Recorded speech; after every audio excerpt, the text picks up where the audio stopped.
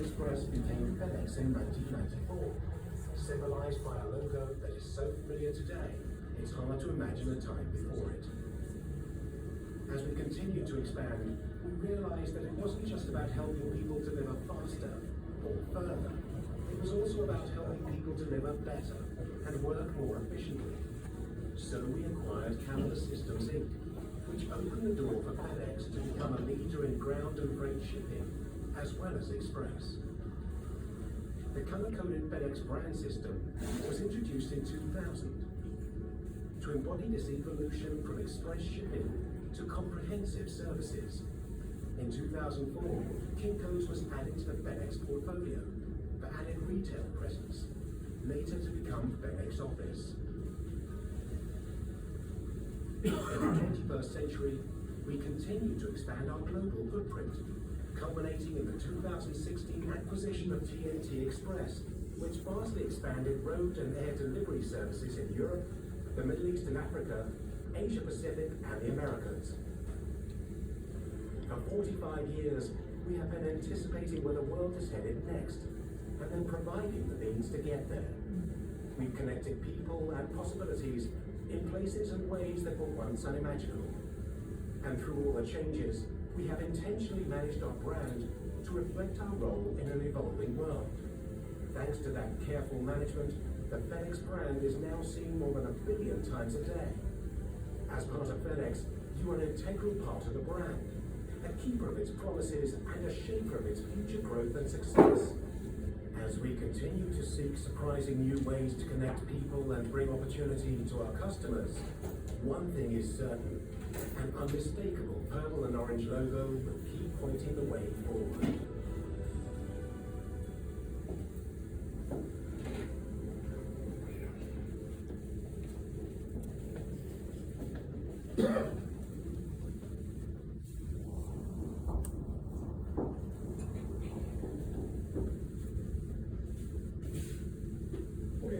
So this is just a high-level look. We have 6 operating companies. We have a 7th one coming this summer. But FedEx has just been around a long time. And when you think about FedEx, when most people envision FedEx in their heads, what they think about is FedEx Express, right? The airplanes, the airport, right? That's really kind of the more high-profile aspect of the company, and that's what's mostly seen. Now you see more trucks on the ground, but it all came out of the Express side, right? When you think about the different types of companies we have, one of the ways I like to think about it is that here in our industrial park, we have a book distributor, right? Cengage books are right here in our industrial park, right? So if you're a student that waited till the last minute before school started to get your book, how might you get it, right? You get it expressed to you, right? Because it makes some sense to express it, right? Because you need it, so you're willing to pay that extra premium to get it, right? Well, not everybody wants to pay an extra premium to get everything, right? What FedEx has discovered was that we were really good at the express side, but customers were saying, is there more that you can do for us? We just want to pay a premium for everything. That's really where the ground came out of, right? The ground came out of what we do at ground is anything less than 150 pounds, right? So that's where the ground piece of that came out of the express. And then, so that same college student, okay, he wants a book sent to his house, ordered it in time, right? No problem to get it to him, right? You can just send it ground, save them some money, everybody's some money, right? Well, what happens at the college where the student's taking the class, maybe the bookstore wants an entire skid of books, right? Well, what do you do then? That's when we kick it up to the freight side, right? So the freight side is LTL. I don't know if you know this or not, but right here on Silver Drive, there's a great big FedEx freight facility back there behind those buildings. And then the others are service companies, right? Those are really companies that there's a lot of things we've had to learn to do really well, and we do them well enough that we're able to sell those services to some other people who aren't as big as us, who don't have access to those services. So they hire us to do IT for them, or marketing for them, or warehousing for them, right? So that's where it all kind of comes from. The biggest thing to remember here, which I think is particularly important for a first day employee, is that purple promise at the top. That purple promise is kind of the common thread that we see weaved throughout our companies, right? It's the very reason we have been successful has been because of that purple promise, what is the Purple Promise? The Purple Promise says, we're going to make every experience outstanding, right? Well, what does that mean, right? I think here's what it means to me, and I think it should translate to you, is that they don't say we're gonna make every delivery outstanding, right? If their promise was we're gonna make every delivery outstanding, then the only thing that would matter to them is what? The customer, right? All we're worried about is the customer. It's not what they say, right? They don't say, we're gonna be the most profitable company, right? All we're worried about is efficiencies, right? Because then what would they be saying? What they would be saying is the only thing that matters to us is the shareholder, right? They don't say that. What they say is we're gonna make every experience outstanding. Now, if I'm a day one employee, I think it's an important question to at least have addressed at the beginning, right? Because it should give you the opportunity.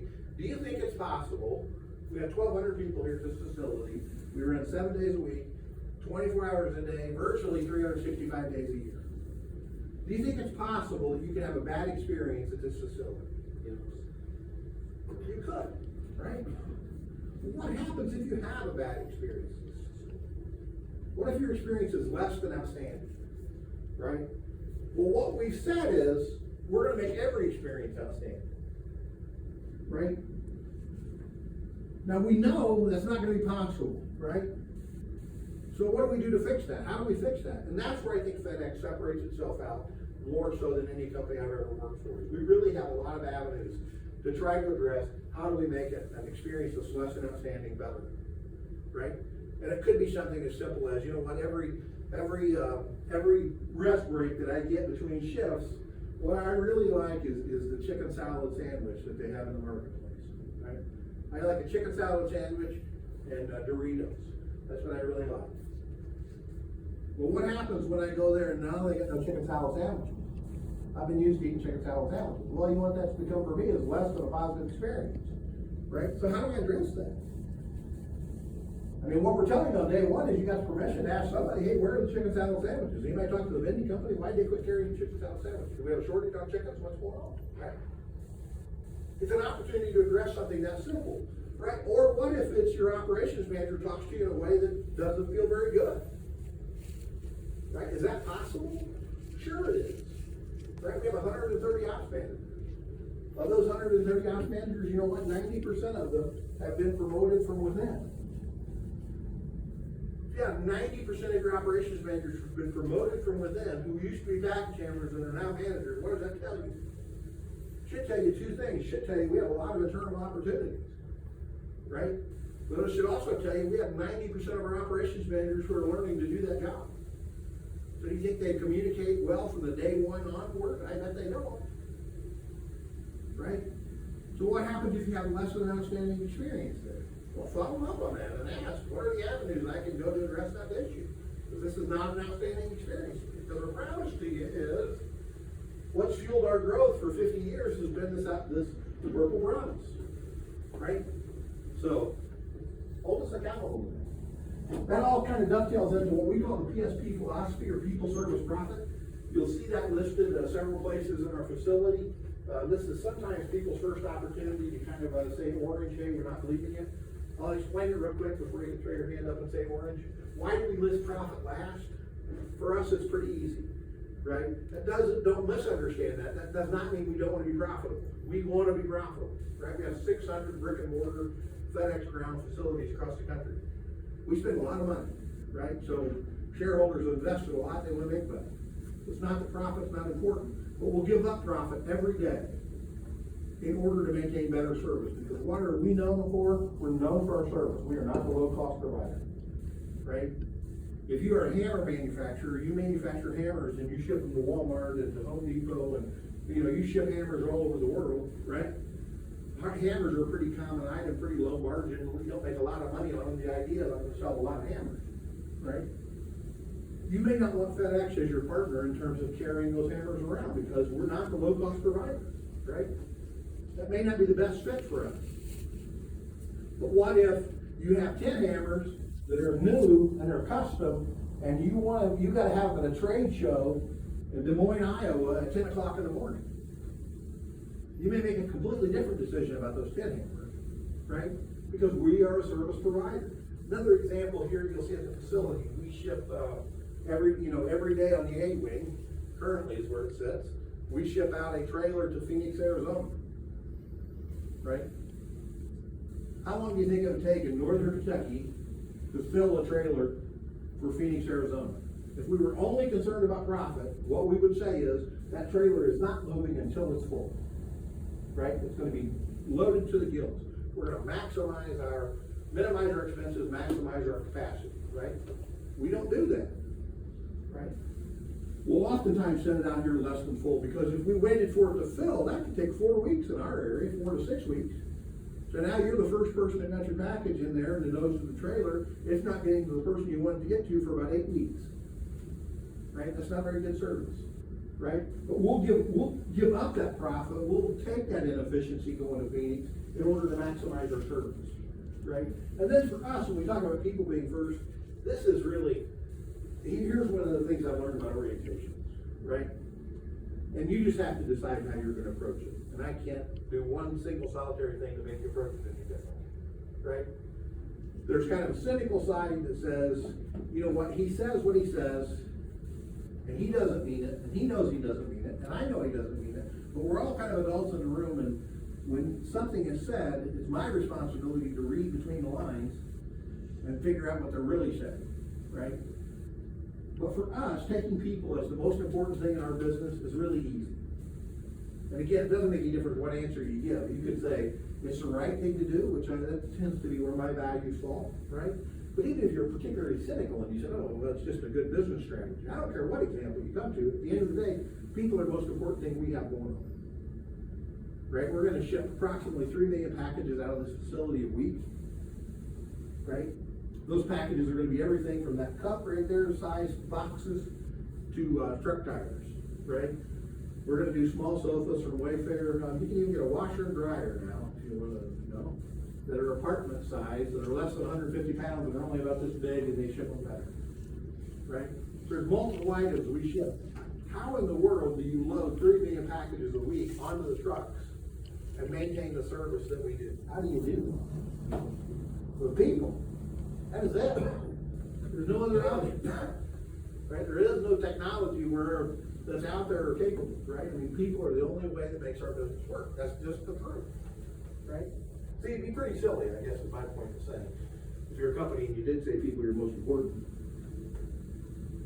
you're just not being honest. Here's another one of those, I don't want you to read between the lines through form, right? It says, see something, say something. What that means is exactly that. If you see something, say something, right? It is that simple, right? Schedule-wise, let's talk about that real quick while I'm thinking of it. This thing's popping in my head. We're going to be together 4 hours today, right? Well, tomorrow, it's Thursday. Tomorrow, I get confused. Tomorrow, you'll be here at 2 a.m. Okay? The reason for that is it's 4 hours of safety training. The safety people aren't available at the startup time. They have responsibilities at the beginning of the shift, so you'll be here at 2 a.m. Does that make sense? So you'll come in at 2 a.m. It'll be another 4 hours of training that are around safety. Okay? That's your second day. So your third day will be kind of worked out. You'll get that worked out tomorrow with your trainers. It kind of depends on what your schedule is when your third day will be. Whether if you're Tuesday through Saturday, you probably won't go back till Tuesday, right? If you're Sunday through Thursday, you probably won't come back till Sunday. If you're work the weekend, and you'll just your third day will be Saturday like home. Okay. But my point is, when we say see something, say something. So you have 1 day of orientation with me. You have a second day of orientation, same classroom of training, and then you hit the floor, right? So you hit your floor on the third day. You park with several hundred of your best friends out there, and what do you know for sure when you're coming into the building? You know where the main entrance is at, and you know where a couple bathrooms are at, and you know where the training rooms are. It's about all you know, right? We have 8 load areas. We have 8 unload areas, right? We have 1,500,000 square foot under the roof, and you're going to be somewhere in that building. You're going to get there, you're not going to be particularly comfortable, right? So what happens when you come to that area and there's a broken leg on a conveyor, or there's a handle on one of the conveyors and has broke off and has a sharp end on it, right? Or you hear some chain rattling and it doesn't sound right. Well, what do? Couple conclusions you can come to there. One, if you see that much, my conclusion would be we don't take very good care of stuff. It's not true. But that could be one, but what's the other one? Oftentimes what people will make the assumption of is, if they notice that that conveyor leg broke, they won't say anything. Why don't they say something? Because they think the next person will say something. I've only been here for 15 minutes, for goodness sake. Surely somebody has noticed out of 1,200 people who work here that that leg is broken. Right? And so my point is, they may not.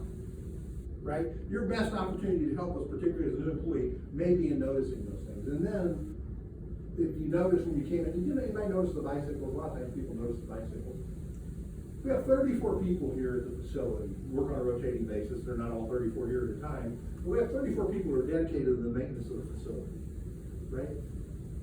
They're in that firehouse room in there with their radio on, waiting for somebody to call them and say, hey, this leg doesn't look right. Can you come look at it?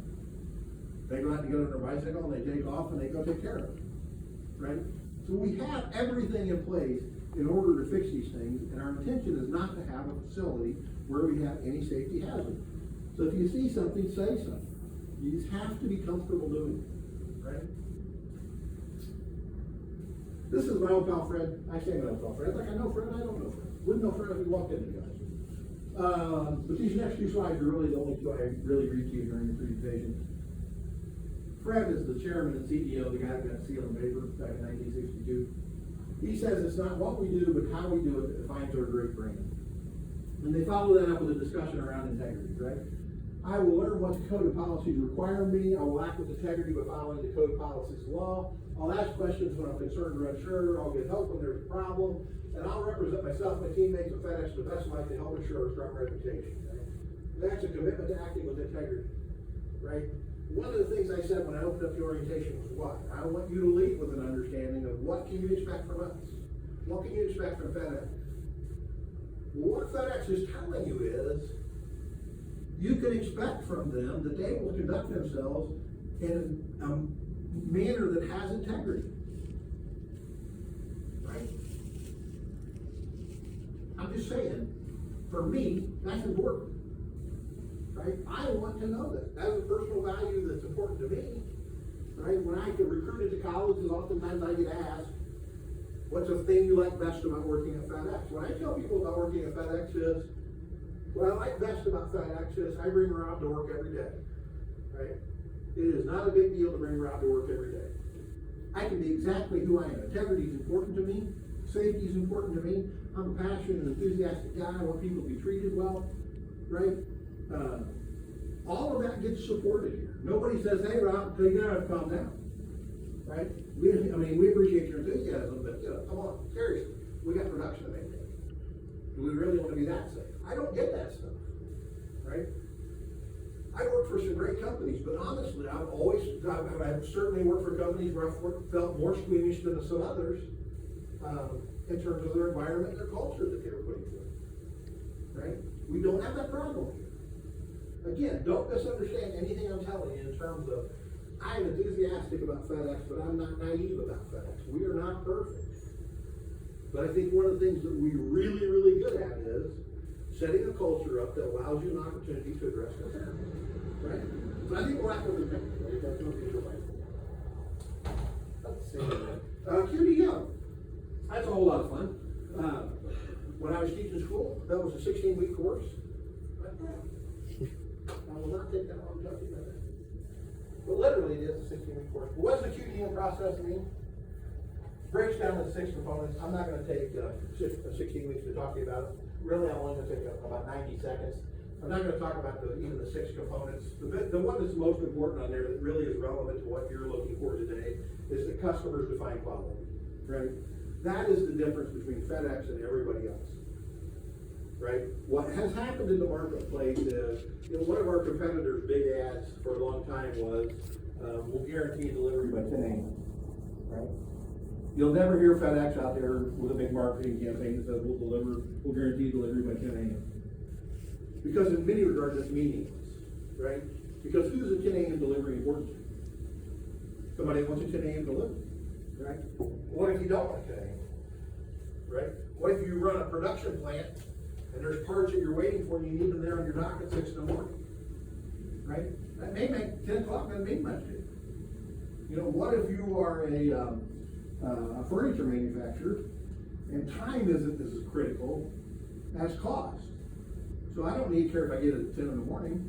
Matter of fact, I'll take one delivery a week at 5 o'clock in the afternoon if I can get a discount, right? That's the way FedEx conducts its business. It goes out in the marketplace and says, what is it you need, and how do we make this work, right? I mean, one of the most glaring examples of that is the COVID vaccines, right? Why is FedEx hauling COVID vaccines around the world? And again, if you're cynical, you say, well, it's because FedEx is a big company, they got big planes, they got a lot of money, that whole thing, right? I've heard all that. Which would be true if I couldn't give you the name of 3 or 4 or 5 other companies who had just as much money or more than we did, as many planes as we did, right? But why is FedEx the ones hauling? Because we're the best. How do you think that's been going for the last year? We just celebrated a year 2 weeks ago. Do you think we've had a bunch of occurrences where we've been late, or we've damaged the product, or we've not got it where they when they wanted it? Those kind of things. And the whole world's just saying, well, you know, FedEx, gosh, they're just so nice, we're just gonna let them just keep hauling our vaccines. Even if they don't get it. That's not what's happening, right? We're a high performer who can maintain high performance. That's how we set ourselves apart. Diversity, equity, and inclusion. This is another one of the areas. I have some areas of responsibility for that here at the hub and how that works. Again, I won't go too far in talking about this, but if you want to know about our performance around DEI, you know, it's well established in terms of the awards that we've won and been recognized by various groups across the country.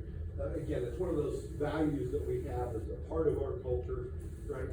And you're not going to go anywhere today in Northern Kentucky or anywhere, I don't think, to have an orientation where they're not going to talk about DEI. If they didn't have a DEI program prior to 2020, they got it, right?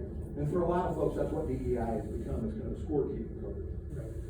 They can tell you what their numbers are, they can't tell you what they're doing about it, right? The thing I think that separates FedEx apart is that we not only know what our numbers are, but we're looking for ways to impact it, right? So I'm very proud of that aspect of the culture.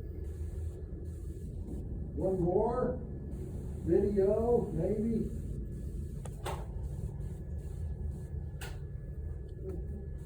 I'm so proud of this technology. FedEx Ground is made up of thousands Hang in there, Dan. We'll get you. of diverse perspectives and experiences. We believe leveraging this mix leads to greater creativity, new ideas, and a better workplace. At FedEx Ground, your unique contributions truly matter, and your work is vitally important to customers the world over. We love that our employees are unique, and we work to be inclusive by embracing our differences. Every day, we work to engage the best ideas at all levels in our organization to achieve our common goals. Diversity and inclusion are essential to our innovation strategy. Individuality, dignity, and equality. Our values we honor, enable to speak to themselves, to contribute their ideas, to voice their opinion. An inclusive environment sparks creativity, innovation, and solutions. And empowers us all together. 145. You do me a favor, please stand up, just last night we didn't get a word, so we just reached out. Oh, Tristan. You sign it.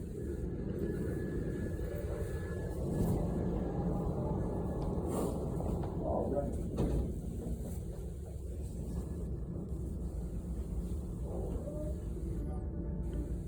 Okay, communication guidelines. You'll be a little frustrated when I talk about communication guidelines because they really don't have many answers around here. I can only give you a couple of examples. 3 exactly. One of them is the question I get around communication guidelines is oftentimes about social media, right? Does FedEx care about my social media? The short answer is no, FedEx could care less about your social media. We have 500,000 employees. The last thing we're really concerned about is looking at your social media. The only reason your social media would become a concern to FedEx is if you go out of your way to make your social media a concern for FedEx. You know, if you're talking amongst your family group and you say, you know, hey, FedEx stinks and we don't like them, and the orientation guys are ugly. I mean, you know what? Nobody's going to find that out, right?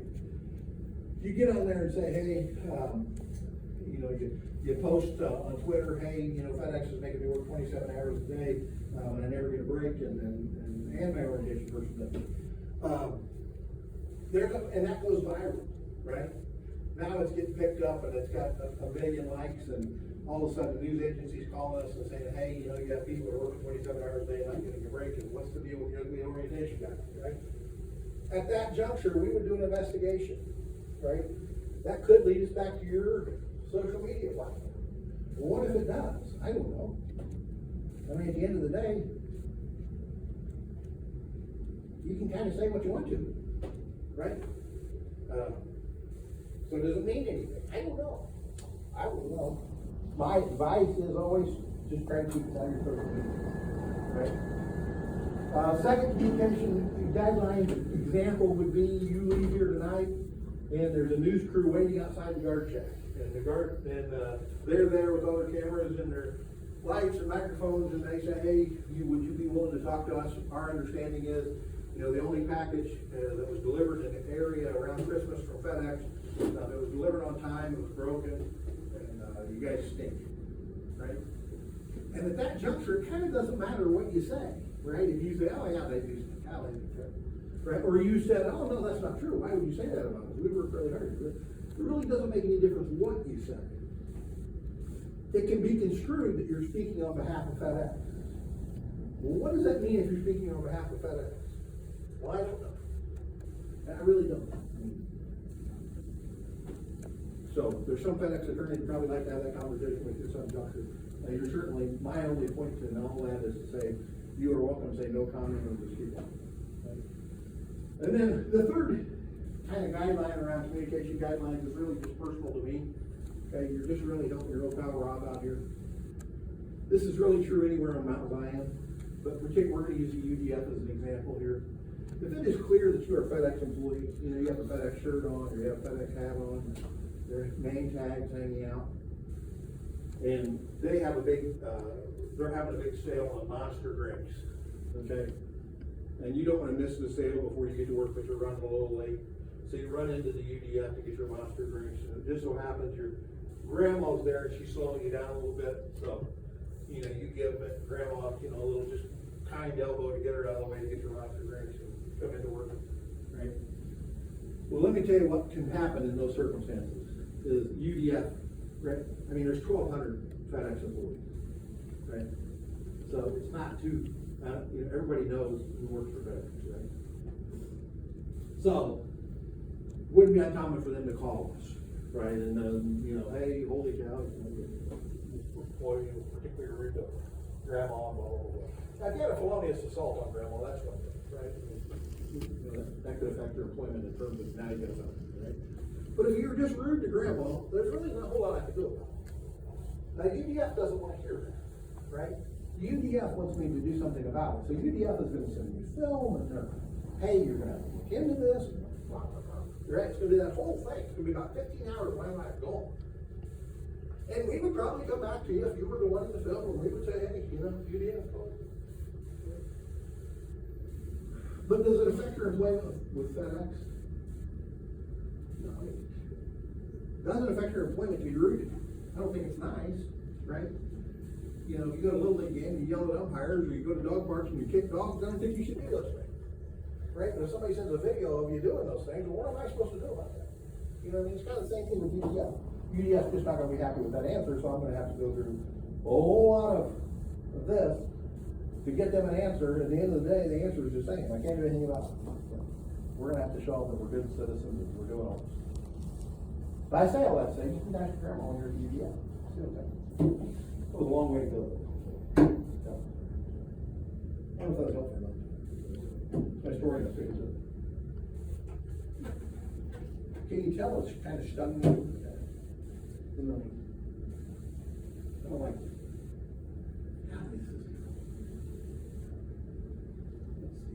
Okay. Following up on, a little bit more on the UDF theme of things, let's talk about acceptable conduct. Professional behavior, right? Two things you don't hear me talk a lot about here. I'm not gonna talk a lot about professional behavior. Because we can talk about this for 45 minutes, right? It's just kind of the same thing. You don't hear me say a lot about attendance. I don't concentrate on attendance too much. There's gonna be a slide come up later that's gonna give you some attendance information, and you're welcome to memorize all that. It's in your book somewhere. But at the end of the day, if you're primarily concerned about how many days can I miss before I get in trouble, you're probably in trouble. That's why I'm talking about it. It's kind of the same thing around professional behavior, right? At the end of the day, you kind of need to be the adult learner, really. I mean, we have a very diverse culture. We're going to talk about this a little more. But there's two things I'll highlight for you. One of them is, and this is just honestly, this is just, Rob's been around a long time, and he really gets frustrated when he sees these things. And just, I hate dealing with this stuff. This theft. Just don't do that. Don't do that. It really doesn't make any difference whether it's a Snickers out of the marketplace or somebody's lunch or it's an Apple Watch. It doesn't matter. Right? Theft is not going to be tolerated in many cultures, including ours. Right? So don't do that. If you're hungry, come see me. Serious. Don't do it. Hate this. The other thing around professional behavior is the term that gets used is insubordination. I don't like that term because I think it's kind of silly military term that it sounds more grandiose than it is. Here's what I mean by that. Okay? I'll give you a quick example. If you've worked here before, you are familiar with the term IC. Okay? If you have not worked here before, one of the first terms you will learn at FedEx as part of our language is IC. Right? It's an IC package. What does IC stand for? IC stands for incompatible. Right? What makes something incompatible? We have a whole second floor that's all a scanning system. Stuff's unloaded on that side of the building, it gets scanned upstairs, gets sent to this side. Well, there's things we don't want up there.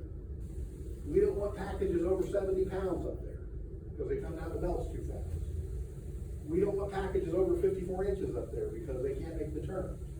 We don't want 5-gallon buckets of paint up there, because you don't want paint to fall over and then string across 8 or 10 of your cameras with paint, right? We don't want hazardous materials up there, because you don't want a hazardous material box to potentially break, and now it's drove itself all around the building, right? Those are all things that are what we would consider incompatible. One of the things we pointed out when we came in was we have an A wing, a B wing, and a C wing, right? Those A, B, and C wings have a belt right down the middle of them. That belt right down the middle of them is IC packages. Those IC packages are sent to the wings by themselves on their own belt, right? So we have people that work the IC belt. Now you can imagine a lot of packages over 70 pounds, etc. People do not like to work the IC belt, okay? Why do I use that as an example? Because when I talk about insubordination, here's what I mean. I want your manager, give your manager every opportunity to keep the floor running, okay? So if they start the shift and they say, hey, you know, Rob, get on the IC belt, that's not the time to go, oh, no, hey, I don't want to do that. I don't want to work that. Or the IC belt yesterday. You know, John over here, he's never worked the IC belt. Why do you like to be on the IC belt? Right? Now you got a manager out there by himself and there's 20 people there, and he can't, that manager, he or she cannot be in a place where they're trying to negotiate work assignments for everyone. Right? Now, I've already said we want every experience to be outstanding, right? Maybe working the IC belt is not an outstanding experience for you, right? Which could be true, right? Particularly depending on your height and some things, right? It can be a challenging place to be. My point is, if your manager gives you a work request that's not immoral and ethical or unsafe, go ahead and do that. But that doesn't mean it's not less than an outstanding experience to you, that you just have to just live with that for the rest of your FedEx career, right? How do you follow up on that, right? How do you address that, right? Take those out. I'm going to explain parts of those avenues that you're going to have, but take advantage of those opportunities to address those issues. Don't just put yourself in a position with supervisor or manager where you're saying, I'm not going to do that. Because they may say, okay, you don't have to, but you have to leave, right? So don't do that. HR management system. HR management system. Most of this stuff will happen a little later. We were talking about direct deposit earlier. It's been taking, historically, it's always taken 24 hours to get you set up. My understanding is here lately, they're having some trouble with that, it's taken more than a day, but it's as soon as possible, within the next day or two, you wanna be able to get into the system and verify some things. That's where you also do your exemptions for your tax purposes, you'll do that there. But one of the big things in the HR management system to make sure of is what physical address is in there, right? You know, we have had people move like from Kansas, well, a couple weeks ago, I had a person from Kansas. They moved here from Kansas. They're living with relatives until they get settled in. They have Kansas in the system, right? That pay card is gonna be sent to you. Okay, you know where it's gonna be sent in that person's case? To Kansas, right? While we're talking about that pay card comes in an envelope about this big. It is a plain white envelope. All it has on it is a return address. Doesn't say FedEx anywhere on it. It's supposed to be, they want it to be as anonymous as possible, okay?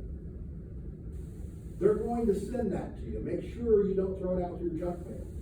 Keep it until you know your bank information is working.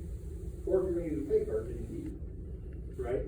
But if you're like, well, I'm not gonna use a pay card, I'm gonna use my bank, I just won't keep it until you know, because if something happened to that banking information, your third check gets missed for some reason, we can drop your pay onto that pay card, okay? You don't have that pay card, and you're not gonna have your direct deposit set up, then what's gonna happen is, if you don't have your pay card, then they're gonna have to reissue you another pay card, you have to get a manual check, they're gonna do it. Whatever the answer is, gonna take a day or so. So don't put yourself in that position. Keep the bank card until you know for sure. If you're keeping the bank card, then just keep the bank card. But if you're not planning on using the bank card, keep it until you know your bank information is working correctly. Okay? Does that make sense? Everybody good there?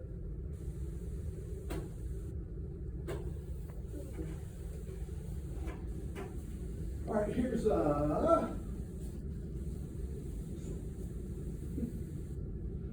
we're going to talk about an active threat just for a quick minute. There's actually a video about it. The only thing I would say about this, I don't like to even talk about active threats. When I taught school, we did an active threat drill. You know, they told you ahead of time, hey, we're doing an active threat drill. The morning it occurred, they said, hey, don't forget, 10 o'clock morning, go be an active threat drill. And still, when they fired the gun, they fired the blank gun down in the hallway, you're still just like that. I didn't like. And what it says here is get out, hide out, take action as a last resort, right? My advice to you is get out, hide out, and take action as like a last resort. Remember, what are we orientating for in this particular job here? What are we going to be when we're done? I can handle it. That's right. Night. This is not pre-police class. This is not self-police tactics or any of those things. You know what I'm saying? Just keep in mind, we do this to make a living with packet handling. We have 500,000 square feet, or 1,500,000 square feet, about 500 doors. So, should be plenty of opportunities to get out and hide out. You know what I'm saying? That's just about it. It's been around.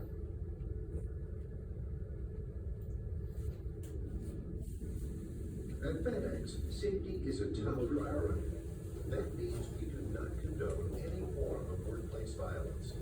It's every team member's responsibility to report any concerns promptly. The Workplace Violence Prevention Program was developed to help provide team members with a safe and secure work environment. The goals of the program are to increase awareness of behaviors related to potential workplace violence and to prevent these situations from escalating. This program also makes it safe and easy for you to report your concerns. And when you do report, you're actively participating in the solution. FedEx has workplace violence prevention policies that govern the behavior of all team members, including employees, independent service providers, vendors, and independent contractors. Upon completion of this course, you will be able to define your role and responsibilities if you encounter a frightening, intimidating, or threatening situation. Recognize behaviors related to potential workplace violence. Identify where to report behaviors that create safety concerns. Workplace violence is not limited to physical assaults. It also includes intimidation, bullying, harassment, stalking, or written, spoken, or physical threats. Any behavior or action that would put someone in a state of fear or concern for their safety is a part of this category. Workplace violence may also originate outside of the physical work environment. Domestic or intimate partner violence is the most common example of conflict that can carry over into the workplace. This course will help you understand your role and responsibilities if you encounter challenging situations. There are two key concepts of this course. First, treating people with respect and dignity reduces conflict and other problems. Keep in mind that some intimidating and threatening situations develop because someone feels he or she hasn't been treated with respect. For some, even the perception of being disrespected can be a trigger. Treat everyone with respect. Second, early intervention can help vulnerable people succeed in handling life's challenges, feeling personally safer, and being less likely to disrupt or threaten the safety of others. Some people have difficulty relating to others, and some even create a climate of fear and intimidation. There are many possible causes, including personality styles, stressful life events, substance abuse, medical problems, and mental illness. These challenges are common in society. It is everyone's responsibility to identify and report concerning behaviors, regardless of who is committing the offensive behavior or who the target may be. While you aren't expected to be skilled at identifying potentially dangerous persons, you are expected to exercise good judgment. Report any behavior or situation that causes you concern or fear for your safety or that of others. These include talk of harming someone, frequent references to violence or weapons, reckless or unsafe behavior, extreme resentment, hostility, or anger, talk of suicide or having no reason to live, intense fear of being harmed, or unreasonable accusations or complaints of being conspired against or persecuted. A person's job and the safety of others may depend on your reporting a behavior before it's too late. Even if you think a person would never do anything bad, you may not have all the facts and need to report what you know. Some of the behaviors that could lead to violence or other problems and need to be reported are disgruntled people who create a fear or concern, acts related to domestic or intimate partner violence, allegations of harassment, drug and alcohol abuse, intentional physical injury or unwelcome physical contact, possession of a weapon in the workplace, threats, intimidation, bullying, aggressive or hostile behavior, intentional property damage, creating a hostile and intimidating environment, stalking or harassment. Any of these occurrences should be promptly reported. FedEx has the following in place to help provide a safe and secure environment: a workplace violence prevention policy, workplace violence awareness training. Team members can report concerns through your manager, security, human resources, and the alert line. All reports are investigated promptly. On the screens that follow, statements are made by employees about violence in the workplace. Decide whether their statements are true or false. True or false. Workplace violence is a security problem. The statement is false. Violence is everyone's problem. Too often, security is called only when a problem reaches the stage of overt threats. Early intervention requires alerting trained and experienced professionals to problem behaviors at the earliest opportunity. It's impossible to provide a foolproof system to prevent a violent act. True or false? Domestic or intimate partner violence and workplace violence have little to do with each other. The statement is false. The victims of domestic or intimate partner violence are harassed by their abusers nearly everywhere, as the abusers check on their activities, who they are with, and what they are doing. For example, of working women who are victims of this type of abuse, about 70% are harassed by their abusers at work. They receive threatening on-the-job calls and visits as their abusers check on them.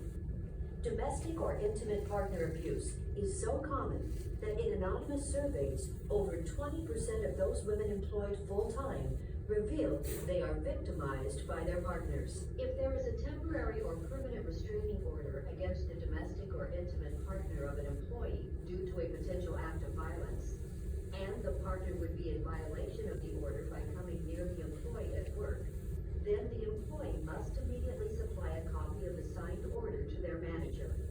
The manager must then report the restraining order to security or human resources. True or false? Harassment is related to workplace violence. The statement is true. Harassment, such as bullying, cyberbullying, intimidation, stalking, and threats are significant problems. True or false? Violent people just snap without warning or clues. The statement is false. A violent person usually provides many clues. Along the way, those who are paying attention can often see a problem unfolding. They may delay taking action because of uncertainty, fear of retaliation, fear of legal action, or other reasons. But the sooner steps are taken to prevent violence and other possible outcomes, the better for all concerned. True or false? You can't predict which intimidating and threatening situations will lead to violence or other serious consequences. The statement is true. You need to take all intimidating and threatening situations seriously and report them to trained and experienced professionals. These situations pose a variety of risks, not all of which involve violence. It is important to note that not everyone considers the same situations as intimidating or violent. Keep in mind that intimidating or threatening situations may involve not only employees, but also family members, friends, acquaintances, independent service providers, or visitors. The main point is that you realize the importance of prompt reporting, regardless of whether there appears to be a risk of violence.